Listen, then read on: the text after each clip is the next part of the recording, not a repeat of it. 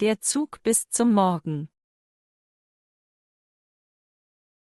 Der kleine Bahnhof war in jener Nacht fast leer. Kalter Wind bewegte die Papierschilder an den Wänden. Emma saß auf einer Holzbank und hielt einen braunen Koffer.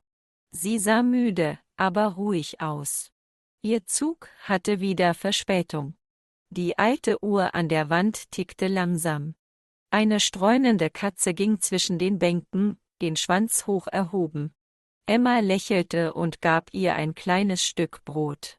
»Du hast es auch nicht eilig, hm?« sagte sie leise. Die Katze schnurrte und setzte sich neben sie. In der Ferne rollte Donner über die dunklen Hügel. Die Lichter flackerten, und das Geräusch von Regen begann. Emma öffnete ihren Regenschirm, obwohl sie drinnen war. Das brachte sie ein wenig zum Lachen. Ihr Lachen hallte in dem leeren Bahnhof wieder. Dann kam eine Stimme von hinten. »Lange Nacht?« Ein alter Mann stand an der Tür, in einer Bahnuniform. Er hatte freundliche Augen und eine kleine Laterne in der Hand. »Zug bis zum Morgen?« fragte er. Emma nickte. »Ja, aber er ist verspätet.« »Das ist er immer«, sagte er mit einem Lächeln. Sie runzelte die Stirn. »Was meinen Sie?« Der Mann setzte sich ihr gegenüber. »Kein Zug kommt hier jemals zu früh«, sagte er leise. »Die Leute kommen, wenn sie bereit sind zu gehen, nicht wenn sie es geplant haben.« Emma sah ihn an, unsicher, ob sie verstand. »Wohin fährt er?« fragte sie. Er blickte zu den dunklen Gleisen hinaus. Manche sagen, er fährt nach Osten, zu neuen Anfängen. Andere sagen nach Hause. Emma fühlte eine seltsame Ruhe.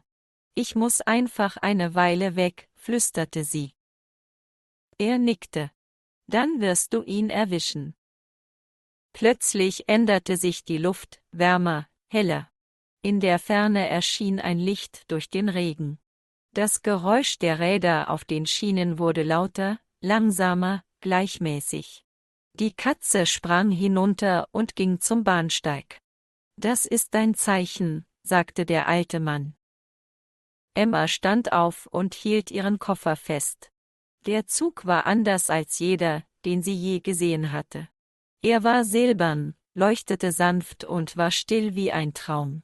Die Türen öffneten sich mit einem Flüstern. »Fahrkarte?« fragte sie.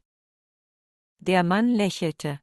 »Schon bezahlt.« Sie sah verwirrt aus. »Von wem?« Er nickte in Richtung ihrer Brust. »Von jedem Abschied, den du je gesagt hast.« Emma spürte Tränen aufsteigen, sagte aber nichts. Sie stieg in den Zug. Innen waren die Sitze leer, aber warm wie Sonnenlicht. Die Tür schloss sich, und der Zug setzte sich in Bewegung. Draußen verblasste der Bahnhof im Nebel. Der alte Mann sah zu, bis das Licht verschwand.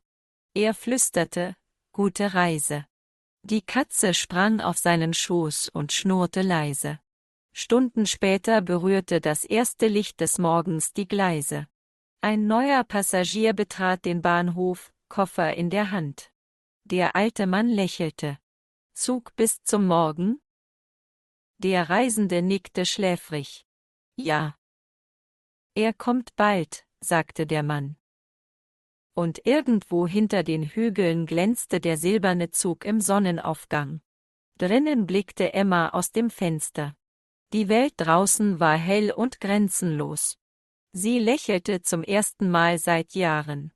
Keine Uhren, keine Verspätungen, kein Regen, nur Licht. Die Katze war auch da, saß ruhig neben ihr. Ihre Augen spiegelten die Morgendämmerung. Und als der Zug den Horizont überquerte, sah alles neu aus. Es fühlte sich an wie der Anfang der Ewigkeit. Danke fürs Zuschauen. Vergiss nicht, das Video zu liken, deine Gedanken in den Kommentaren zu teilen und den Kanal zu abonnieren. Abonniere unseren Telegram-Kanal, damit du keine neuen Geschichten verpasst. Der Link ist in der Beschreibung.